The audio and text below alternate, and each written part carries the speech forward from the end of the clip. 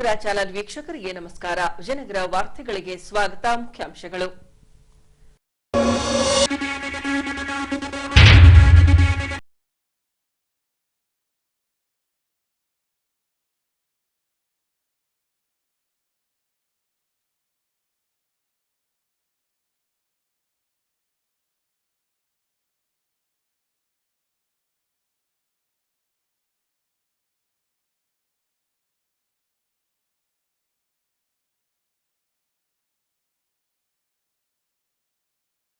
ಮೂರರಂದು ಮಾಲಾ ವಿಸರ್ಜನೆ ಮಾಡಲಿರುವ ಮಾಲಾಧಾರಿಗಳು. ಈಗ ವಾರ್ತೆಗಳ ವಿವರ. ಹೊಸಪೇಟೆ ರಾಮಕೃಷ್ಣ ಗೀತಾಶ್ರಮದಲ್ಲಿ ಗೀತಾ ಜಯಂತಿಯನ್ನ ಕೈಗೊಳ್ಳಲಾಗಿತ್ತು. ಈ ಭಾಗವಾಗಿ ದಿನಾಂಕ 9ರಿಂದ 3 ದಿನಗಳ ಕಾಲ ಪ್ರವಚನ ಪಾರಾಯಣವನ್ನ ನಡೆಸಿಕೊಳ್ಳಲಾಯಿತು. ಹೀಗೆ ಈ ಅಂಶಕ್ಕೆ ಸಂಬಂಧಿಸಿದಂತೆ ಬಳ್ಳಾರಿ ರಸ್ತೆಯಲ್ಲಿ ಬರುವ ರಾಮಕೃಷ್ಣ ಗೀತಾಶ್ರಮದಲ್ಲೇ ಗೀತಾ ಜಯಂತಿಯನ್ನ ಕೈಗೊಳ್ಳಲಾಗಿತ್ತು. ಈ ವೇಳೆ ಶಿವಮೊಗ್ಗದ ರಾಮಕೃಷ್ಣ ವಿವೇಕಾನಂದ ಆಶ್ರಮದ ಅಧ್ಯಕ್ಷರಾದ ಸ್ವಾಮಿ ವಿನಯಾನಂದಜಿ ಮಹಾರಾಜ್ರವರು ಭಗವದ್ಗೀತಾ ಪಾರಾಯಣ ನಡೆಸಿಕೊಡುತ್ತಾ ಮಾತನಾಡಿ, ಈ ಲೋಕದಲ್ಲಿನ ಮನುಕುಲ ತಮ್ಮ ತಮ್ಮ ದೃಷ್ಟಿ ಪ್ರಕಾರ ಸೃಷ್ಟಿಯನ್ನ ಅನುಭವಿಸುತ್ತಾರೆ. ಭೂಮಂಡಲಗಿಂತ ಸ್ವರ್ಗ ಬೇರೊಂದಿಲ್ಲವೆಂದು ನುಡಿದಿರುವ ಶಾರದಾ ಮಾತೆರವರ ಮಾತುಗಳನ್ನ ಎಲ್ಲರೂ ಪರಿಪಾಲಿಸಬೇಕಾದ ಅವಶ್ಯವಿದೆ ಎಂದರು. ಭಗವಂತ ನಮ್ಮ ಪ್ರಾಮಾಣಿಕತೆ ಇದ್ರೆ, ಪವಿತ್ರತೆ ಇದ್ರೆ, ನಿಸ್ವಾರ್ಥತೆ ಇದ್ರೆ ಭಗವಂತ ಹೇಗೋ ಯಾವ ರೂಪದಲ್ಲಾದ್ರೂ ಬರ್ತಾನೆ. ದೈವಂ ಮಾನುಷ ರೂಪೇಣ ಅಂತ. ಆದ್ರೆ ನಮಗೆ ಈ ಸೃಷ್ಟಿಯಲ್ಲಿ ಪ್ರತಿ ಕಣ ಕಣದಲ್ಲೂ ಕ್ಷಣ ಕ್ಷಣಕ್ಕೂ ಪರಮಾತ್ಮ ಇದ್ದಾನೆ, ಕಾಣಿಸ್ತಾನೆ. ಆದರೆ ನಮಗೆ ಆ ದೃಷ್ಟಿ ಬೇಕಷ್ಟೆ. ಆದ್ರಿಂದ ಯಾರ ದೃಷ್ಟಿ ಹೇಗಿರುತ್ತೋ ಆ ರೀತಿಯ ಸೃಷ್ಟಿ ಇರುತ್ತೆ. ಈ ಜಗತ್ತು ಎಲ್ಲರಿಗೂ ಒಂದೊಂದು ರೀತಿಯ ಕಾಣುತ್ತೆ. ಈ ಜಗತ್ತಿನಲ್ಲಿ ಎಷ್ಟು ಕೋಟಿ ಕೋಟಿ ಜನರು ಇದ್ದಾರೋ ಅಷ್ಟು ಕೋಟಿ ಕೋಟಿ ಜಗತ್ತಿದೆ, ಅಷ್ಟು ಕೋಟಿ ಕೋಟಿ ಸಮಾಜ ಇದೆ. ಆದ್ರಿಂದ ಯಾರು ಭಕ್ತರಾಗಿರ್ತಾರೋ ವಿಷ್ಣು ಭಕ್ತರಿಗೆ ಈ ಜಗತ್ತು ವೈಕುಂಠವಾಗಿ ಕಾಣುತ್ತೆ, ಶಿವನ ಭಕ್ತರಿಗೆ ಕೈಲಾಸವಾಗಿ ಕಾಣುತ್ತೆ, ರಾಮಕೃಷ್ಣ ಭಕ್ತಿಗೆ ರಾಮಕೃಷ್ಣ ಲೋಕವಾಗಿ ಕಾಣುತ್ತೆ. ಎಲ್ಲೋದೋ ಅದೇ ಲೋಕಕ್ಕೆ ಹೋಗ್ತಿರ್ತಾರೆ. ಅದಕ್ಕೆ ಸಂಗೀತವನ್ನು ಕಲಿತಿರ್ತಕ್ಕಂಥವ್ರು ಎಲ್ಲರೂ ಒಂದು ಸಂಗೀತಮಯ ಗಾಯನ ಸಮಾಜವಾಗಿ ಗಂಧರ್ವ ಲೋಕವಾಗಿ ಕಾಣುತ್ತೆ. ಎಲ್ಲರೂ ಅವರವರ ಲೋಕದಲ್ಲಿ ಅವರವರ ಆನಂದವಾಗಿದ್ದಾರೆ. ಯಾರು ನಿಯಮಗಳನ್ನು ಗಾಳಿ ತೂರಿ ಹೆಂಗೆ ಬರುತ್ತಾ ಇದ್ದಾರೋ ಅವ್ರಿಗೆ ನರಕ ಜೀವನ. ಆ ನರಕವೂ ಸಹ ಇದರಲ್ಲೇ ಇರುತ್ತೆ. ಯಾರು ಶಿಸ್ತುಬದ್ಧವಾದ ಇಂದ್ರಿಯಗಳನ್ನು ತನ್ನ ಹಿಡಿತದಲ್ಲಿಟ್ಕೊಂಡು ಹೇಗೆ ಬದುಕಬೇಕೋ ಹಾಗೆ ಬದುಕ್ತಿದ್ರೋ ಅಂತ ಸ್ವರ್ಗ ಸದೃಶವಾದ ಸ್ವರ್ಗವೂ ಇದೇ ಆಗಿದೆ. ಶ್ರೀಮಾತೆ ಶಾರದಾ ದೇವರು ಹೇಳ್ತಾರೆ, ಈ ಭೂಮಂಡಲಕ್ಕಿಂತ ಮಿಗಿಲಾದ ಸ್ವರ್ಗ ಬೇರೆ ಬಂದಿಲ್ಲ. ಸ್ವಯಂ ನಾರಾಯಣನೇ 3 ಜನ ಭಕ್ತರು ಸೇರಿದ್ರೆ ವೈಕುಂಠವನ್ನೇ ಬಿಟ್ಟು ಬರ್ತಾನೆ. ಹೇಗೆ ಅಂತ ಕೇಳಿದ್ರೆ, ಒಂದ್ಸರಿ 3 ಜನ ಆಳ್ವಾರರು, ಅದಕ್ಕಿಂತ ಒಂದು ಕತೆ ಇದೆ. ಒಬ್ರು ದೊಡ್ಡ ಆಳ್ವಾರರು ಅಂತ ಕೇಳಿದ್ರು. ಆಳ್ವಾರರು ವಿಷ್ಣು ಭಕ್ತರು, ಭಗವಂತನನ್ನ ನಾಮಸ್ಮರಣೆ ಮಾಡ್ತಾ ಮಾಡ್ತಾ ಮಾಡ್ತಾ ಅವರನ್ನು ಸಾಕ್ಷಾತ್ಕಾರ ಮಾಡ್ಕೊಂಡಿರೋರು. ಆ ಸಂತರು ಇರೋ ಕಡೆ ಭೂಮಿ ಎಲ್ಲಿ ಆ ಸ್ಪರ್ಶವಾಗುತ್ತೋ ಆ ನೆಲ ಪುಣ್ಯ ಆಗುತ್ತೆ. ಅವ್ರೇನು ಉಸಿರಾಡ್ತಾರೋ ಆ ವಾತಾವರಣದ ಗಾಳಿ ಪುನೀತವಾಗುತ್ತೆ. ಯಾವ ದೃಷ್ಟಿ ಯಾರ ಮೇಲೆ ಬೀಳುತ್ತೋ ಅವ್ರ ಜನ್ಮ ಪಾವನ ಆಗುತ್ತೆ. ಅವ್ರ ಕೈ ಇಟ್ಟು ಏನನ್ನು ಕೊಡ್ತಾರೋ ಆ ಕೈ ತಗೊಂಡಿರ್ತಕ್ಕಂಥ ವ್ಯಕ್ತಿ ಅದು ಚೈತನ್ಯಮಯವಾಗುತ್ತೆ. ಇದು ಎಷ್ಟೋ ಉದಾಹರಣೆ ಇದೆ. ಗಿರೀಶ್ ಚಂದ್ರ ಘೋಷ್ ಅನ್ನೋನು ತನ್ನ ಮುಟ್ಟೆ ಬಂದವ್ರಿಗೆಲ್ಲ ಒಂದಿಷ್ಟು ಬೂದಿ ಇಟ್ಕೊಂಡಿರ್ತಿದ್ದ ಬಾಂಡೆಯಲ್ಲಿ. ಯಾವ ರೋಗ ಅಂತ ಬಂದರೂ ಸಹ ಅವ್ನು ಕೊಡ್ತಿದ್ದು ಒಂದೇ ಬೂದಿ, ಭಸ್ಮ. ಆ ಭಸ್ಮ ಇಟ್ಕೊಂಡು ಜೈ ರಾಮಕೃಷ್ಣ ಜೈ ರಾಮಕೃಷ್ಣ ಜೈ ರಾಮಕೃಷ್ಣ ಅಂತ ಕೊಡ್ತಾ ಇದ್ದ. ನೆಗಡಿ ಅಂತ ಬಂದರು ನೆಗಡಿ ವಾಸಿ ಆಗ್ತಿತ್ತು, ತಲೆನೋವು ಬಂದರು ತಲೆನೋವು ವಾಸಿ ಆಗ್ತಿತ್ತು, ಗಂಟು ನೋವು ಬಂದರು ಗಂಟು ನೋವು ಆಗ್ತಿತ್ತು, ಹೃದಯದ ರೋಗ ಬಂದರು ಹೃದಯ, ಕ್ಯಾನ್ಸರ್ ಅಂತ ಬಂದರು ಕ್ಯಾನ್ಸರ್. ಅಲ್ಲಿ ಯಾವುದೇ ಮೆಡಿಸಿನ್ ಇಲ್ಲದೆ, ಯಾವುದೇ ಆಪ್ರೇಷನ್ ಇಲ್ಲದೆ ಬರೀ ಭಸ್ಮವನ್ನು ತಗೊಂಡು ಅಂತೇಳಿ ಕ್ಯೂ ನಿಲ್ತಾ ಇತ್ತಂತೆ ಆ ಗಿರೀಶ್. ಅವನೇನು ಡಾಕ್ಟರ್ ಅಲ್ಲ ಆದರೆ ಡಾಕ್ಟರ್ ಗಿರೀಶ್ ಅಂತ ಆಗ್ಬಿಟ್ಟಿದ್ದ. ಅವನ ಮುಂದೆ ಯಾವಾಗಲೂ ಲೈನ್ ಗಟ್ಟಲೆ ಬೆಳಗ್ಗೆ ಆಗಿಟ್ಕೊಂಡೆ ಅವನು ಲೈನ್ ನಿಂತಿರ್ತಾನೆ. ಅವನಿಗೆ ಏನು ಮಾಡ್ತೀಯೋ ಇಷ್ಟು ಎಂತೆಂಥ ಮೆಡಿಸಿನ್ ಕೊಡ್ತಿದ್ದೆ. ಈ ಸಾಧುಗಳೆಲ್ಲ ಹೋಗಿ ನೋಡಿದ್ರೆ ಒಂದು ಸೀಕ್ರೆಟ್ ಇದೆ, ಬಂದು ನೋಡ್ರಿ ಇತ್ತು. ನೋಡಿದ್ರೆ ದೊಡ್ಡ ಬಾಂಡೆ ಬೂದಿ ಇತ್ತು ಅಷ್ಟೇ, ಇನ್ನೇನಿಲ್ಲ. ಆ ಒಂದೇ ಮೂರನೇ ಜಯರಾಮಕೃಷ್ಣ ಅಂತ ಹೇಳಿದ್ರು. ಅಂತಹ ಶ್ರದ್ಧೆ, ಅವನು ಎಂತಹ ಶ್ರದ್ಧೆ ಅಂತ ಕೇಳಿದ್ರೆ, ಶ್ರೀಮಾತೆ ಕೇಳಬೇಕಾ, ಜಗಜ್ಜನನೇ ಶಾರದಾ ಮಾತೆಯಾಗಿ ಅವತರಿಸಲು ಅವಳ ಕೋಣೆಯಲ್ಲಿ 3 ಜನ ಫೋಟೋಗಳನ್ನು ಇಟ್ಕೊಂಡಿತ್ತು. ಪ್ರತಿನಿತ್ಯ ಶಾರದಾ ಮಾತೆನೇ ಬೆಳಿಗ್ಗೆ ಎದ್ದು ಸ್ನಾನ ಮಾಡಾದ್ಮೇಲೆ ಗುರು ಮಹಾರಾಜರು ನಮಸ್ಕಾರ ಮಾಡಿ 3 ಆ ಭಾವಚಿತ್ರಗಳಿಗೆ ಹೋಗಿ ಮುಟ್ಟಿ ಪ್ರೀತಿಯಿಂದ ಮುತ್ತಿಡ್ತಿದ್ರಂತೆ. ಯಾವುದಪ್ಪ ಆಶೀರ್ವಾದ ಮಾಡ್ತಿದ್ರಂತೆ, ನಮಸ್ಕಾರ ಮಾಡ್ತಿದ್ರಂತೆ.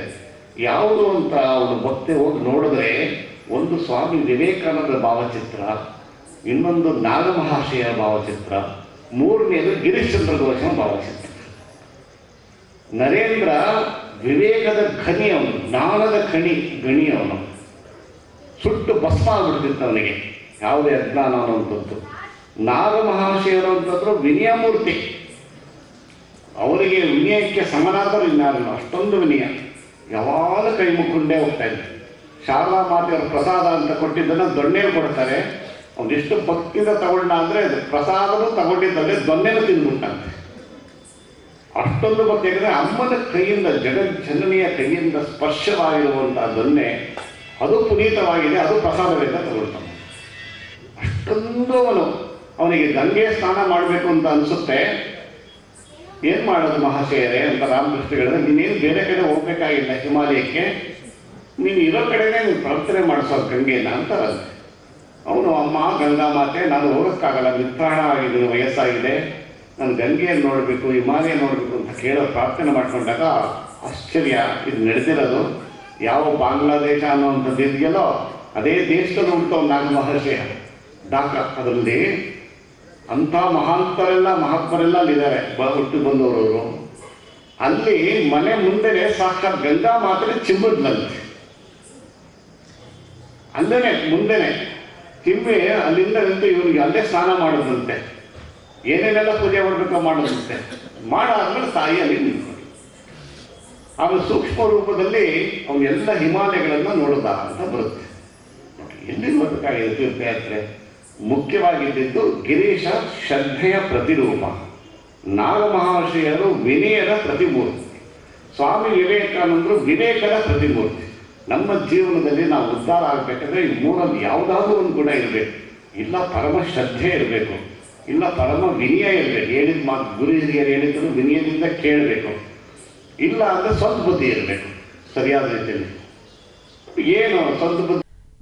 ತುಂಗಭದ್ರಾ ನದಿಗೆ ತ್ಯಾಜ್ಯವನ್ನ ಎಸೆಯುವುದು ಹಾಗೂ ಕಾರ್ಖಾನೆಯ ತ್ಯಾಜ್ಯದಿಂದ ಕೂಡಿದ ನೀರನ್ನ ಹರಿಬಿಡುವುದರಿಂದ ತುಂಗಭದ್ರಾ ನದಿಯ ನೀರು ಕಲುಷಿತಗೊಂಡಿದೆ.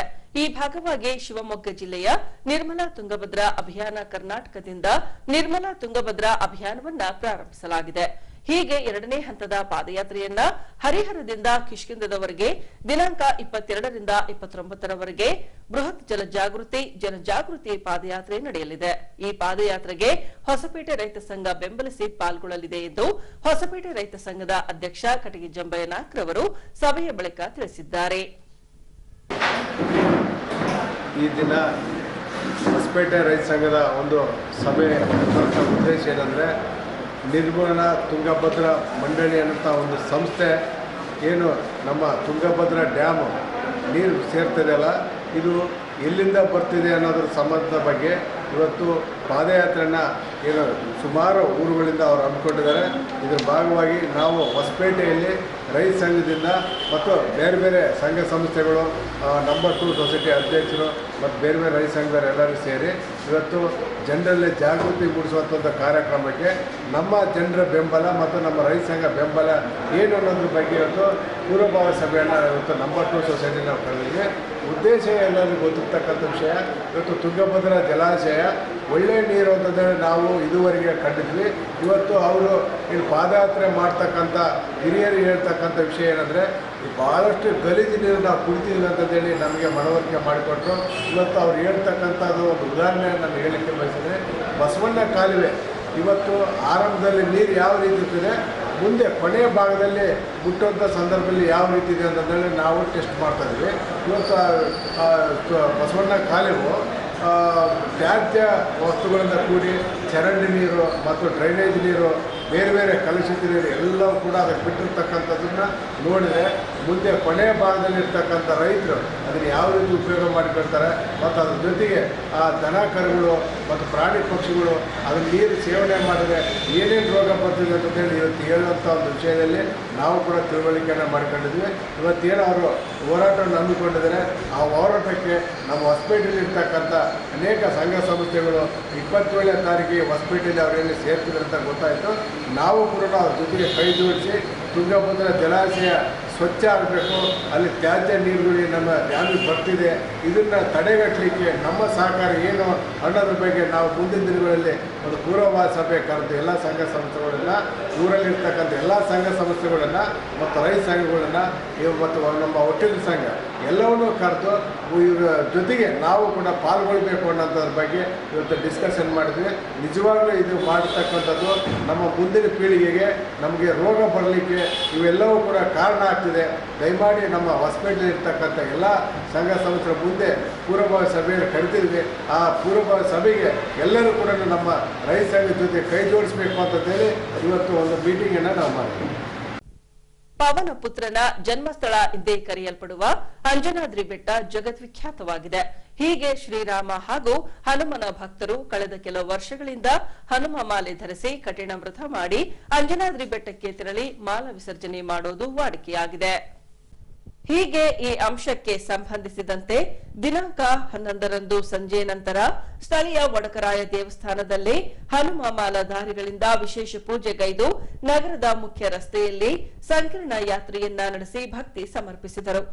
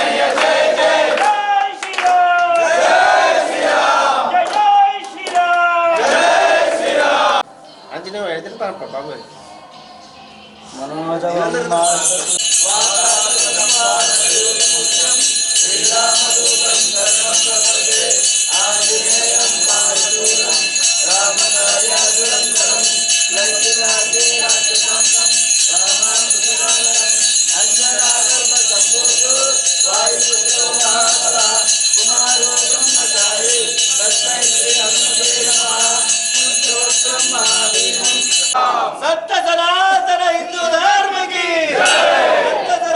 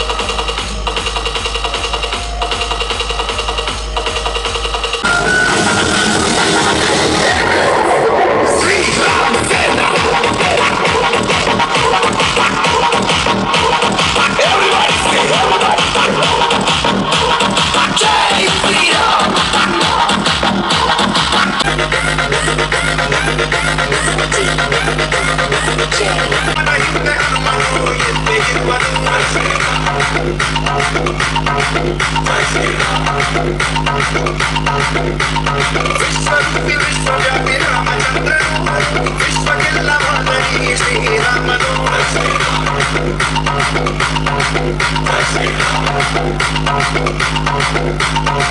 ವೇದ ವೇದ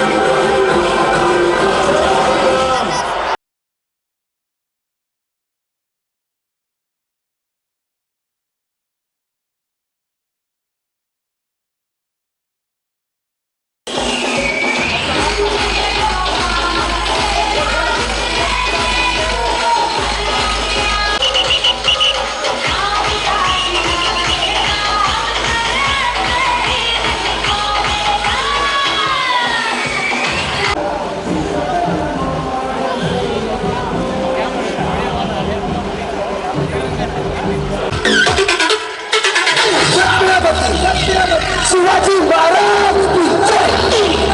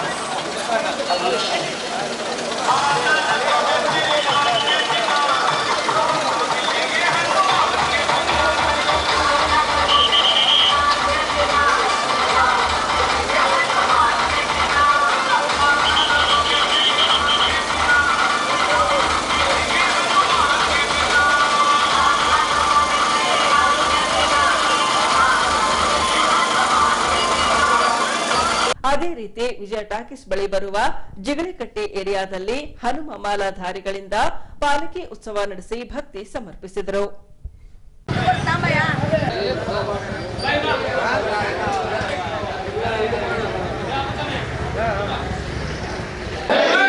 जय श्री राम जय श्री राम जय श्री राम जय श्री राम या रमाले या रमाले भगवान बापा भगवान बापा ओम श्री स्वामी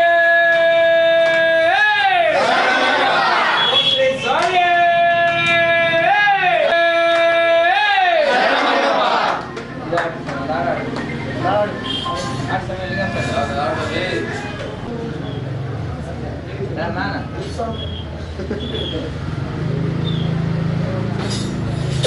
जय श्री राम जय श्री राम जय श्री राम जय श्री राम गणेश शरणं गणेश शरणं गणेश विघ्ननिवारक शरणं गणेश शरणं गणेश शरणं गणेश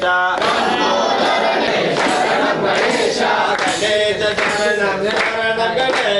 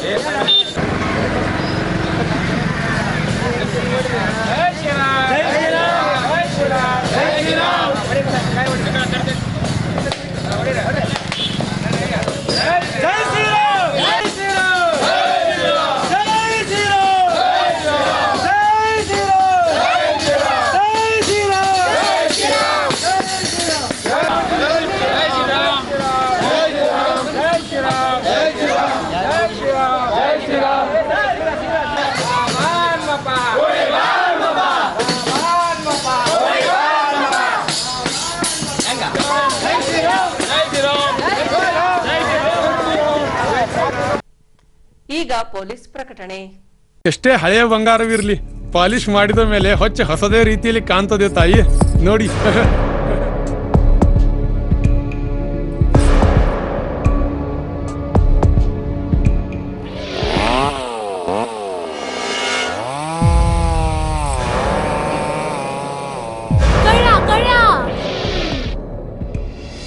ತಾಯಿ, ನಿಮ್ ಮೈ ಮೇಲೆ ಅದೋ ಹೊಲಸು ಬಿದ್ದಿದೆ.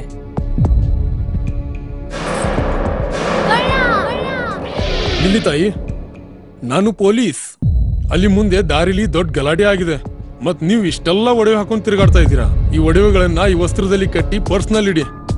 ಹಾಕಿ ಪರ್ಸ್ನಲ್ಲಿ ಇಡೋಣ. ಅಲ್ಲೇ ಮುಂದ್ಗಡೆ ಆಗಿದೆ. ಇದು ತಗೊಳ್ಳಿ ತಾಯಿ, ನಾನು ಬರ್ತೀನಿ. ಈ ಕಡೆಯಿಂದ ಹೋಗಿ.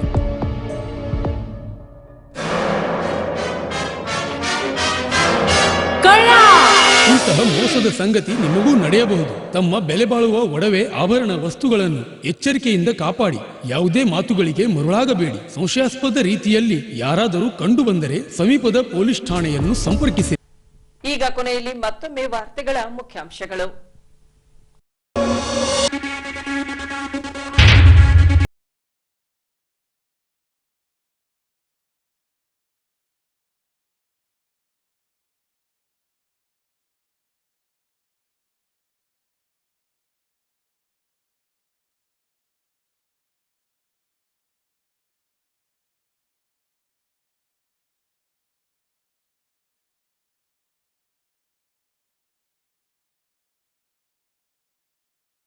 23ರಂದು ಮಾಲಾ ವಿಸರ್ಜನೆ ಮಾಡಲಿರುವ ಮಾಲಾಧಾರಿಗಳು.